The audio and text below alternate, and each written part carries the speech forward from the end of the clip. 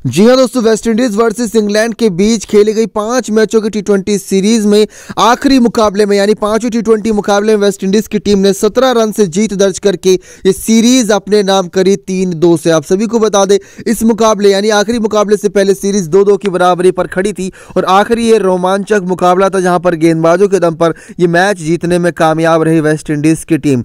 17 run से ये match जीता और साथ ही साथ सीरीज भी अपने नाम करी ये रोमांचक सीरीज साबित रही। ब्रिजटोन बारबाडोस के मैदान पर दोस्तों खेला गया आखिरी और निर्णायक टी20 मैच।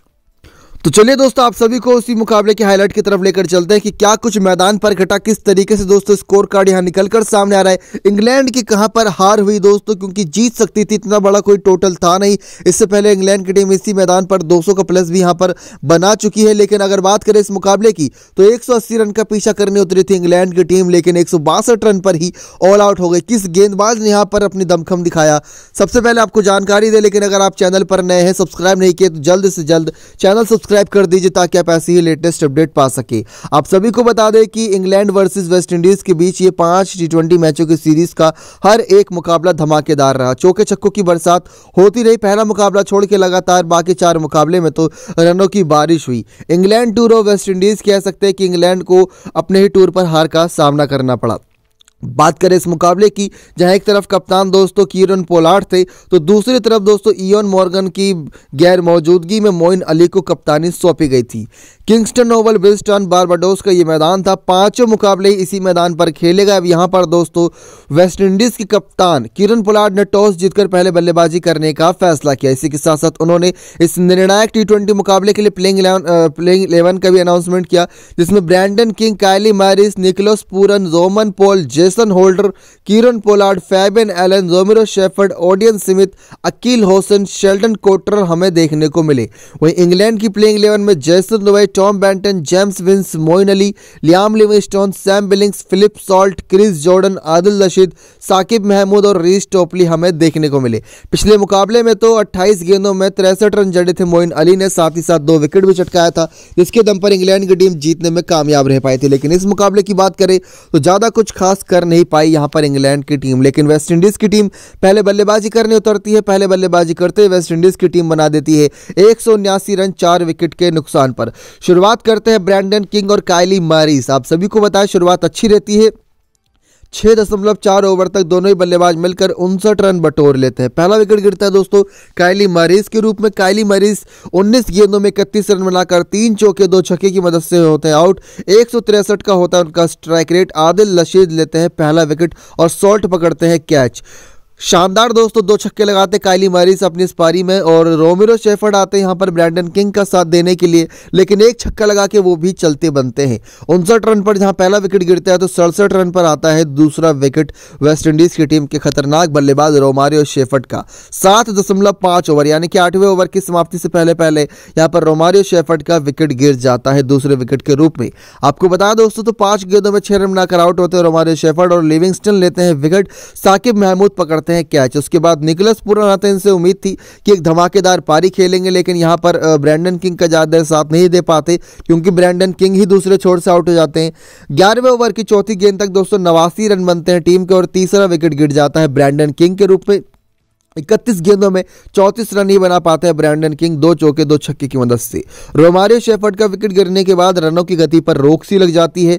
जहां ब्रैंडन किंग शुरुआत में अच्छी बल्लेबाजी कर रहे थे, वो धीमी गति से बल्लेबाजी करते हैं। दूसरे छोर से आदिल रशीद आते हैं दोस्तों, वहां पर निकोलस पूरन का विकेट चटकाते हैं। 24 गेंदों में 21 रन ही बना पाते हैं यहां पर निकोलस पूरन। इनकी पारी में सिर्फ और सिर्फ एक छक्का ही देखने को मिलता है। 87 का स्ट्राइक रेट रहता है इस बीच इनका, तो मतलब 4 ओवर खेलने के बाद सिर्फ 21 रन ही बना पाए, वो भी टी20 मुकाबले में।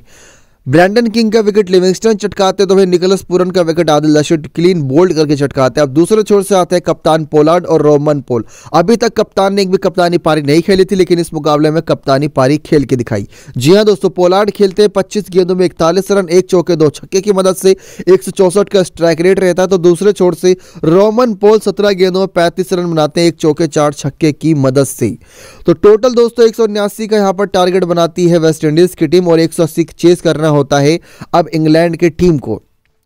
तो रोमन पोल की 4 छक्कों की इस पारी ने पूरे मैच में तबाही मचा दी और कहीं ना कहीं लास्ट में जो गेंदबाजों को सपोर्ट मिल रहा था वो पूरी तरीके से तहस नहस कर दिया।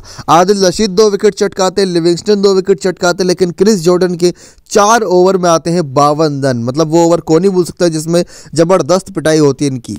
अब उसके बाद दोस्तों बारी आती है इंग्लैंड के चेस करने की। इंग्लैंड के चेस करने के लिए खतरनाक बल्लेबाज जेसन नोए और टॉम ब्रैंटन मैदान पर उतरते हैं, लेकिन शुरुआत खराब रहती है। 8 रन पर पहला विकेट गिर जाता है जेसन नोए के रूप में। 5 गेंदों का सामना यहाँ पर जेसन नोए ही करते हैं, 2 चौके लगाते हैं पहले ओवर के अंदर, लेकिन अकील हुसैन 5वीं गेंद पर चलता कर देते हैं जेसन नोए को। निकोलस पूरन पकड़ते हैं कैच और 160 के स्ट्राइक रेट से जेसन नोए की ये पारी होती है समाप्त। टॉम ब्रैंटन दूसरे छोर से अच्छी बल्लेबाजी करने की कोशिश कर ही रहे थे जेम्स विंस के साथ। दोनों के बीच यहां पर 32 रन की पार्टनरशिप होती है, लेकिन 12 गेंदों में 16 रन बनाकर आउट होते हैं जेम्स विंस। 2 चौके 1 छक्के उनकी इस पारी में होते हैं। ओडेन स्मिथ उनका विकेट चटकाते हैं। जेम्स विंस की बात करें दोस्तों, यहां पर 35 गेंदों 55 रन बनाकर खेलते हैं वो। 7 चौके 1 छक्के की मदद से अकील हुसैन उनका विकेट चटकाते हैं, कैच पकड़ते हैं फैबियन एलन। कप्तान मोइन अली 19 गेंदों में 14 रन बनाकर आउट होते हैं। लिविंगस्टन 4 गेंदों में 6 रन 1 चौके की मदद से आउट होता है। अकील हुसैन की गेंद पर कैच पकड़ते हैं ओडेन स्मिथ। सैम बिलिंग्स की पारी अच्छी लगती है दोस्तों, 28 गेंदों में 41 रन बनाते हैं 1 चौके 2 छक्के की मदद से। इनको किसी का साथ नहीं मिलता। होल्डर इनका विकेट चटकाते हैं, मतलब होल्डर ने यहाँ पूरा मैच ही अपनी गेंदबाजी से पलट दिया दोस्तों। आपको बताया तो किस तरीके से फॉलो विकेट रहा, जहां पर 40 रन पर दूसरा विकेट गिरता है तो वही 86 रन पर तीसरा विकेट गिरता है 11वें ओवर की शुरुआत तक। लेकिन यहां से आसानी से चेस किया जा सकता था, लेकिन तभी यहां से विकेट का सिलसिला शुरू होता है और 86 से लेकर दोस्तों करीब 112 रन के बीच में 3 विकेट गिर जाती है। उसके बाद तो 119 रन पर 6ठा विकेट गिरता है। फिर उसके बाद 162 रन पर ही दोस्तों हम देखते हैं किस तरीके से दूसरा, तीसरा, चौथा और 5वां जो होता है 4 विकेट हम एक साथ कंटिन्यू गिरते हुए देखते हैं। मतलब 4 विकेट, आप यकीन नहीं कर सकते लेकिन ऐसा हुआ है दोस्तों। आपको बताया कि किस तरीके से सबसे पहले यहां पर विकेट गिरता है क्रिस जॉर्डन का। क्रिस जॉर्डन का विकेट होल्डर चटकाते हैं, कैच पकड़ते हैं हैडन वोल्स। फिर उसके बाद दोस्तों 20वें ओवर की तीसरी गेंद पर सैम बिलिंग्स का विकेट चटकाते हैं, उनका कैच पकड़ते हैं हैडन वोल्स। फिर उसके बाद दोस्तों यहां पर आदिल रशीद का उसकी अगली ही गेंद पर विकेट चटकाते हैं होल्डर, और वो 162 रन पर 4 विकेट गिरते हैं। आदिल रशीद भी बिना खाता खोले आउट होते हैं और साकिब महमूद भी यहां पर दोस्तों बिना खाता खोले आउट होते हैं।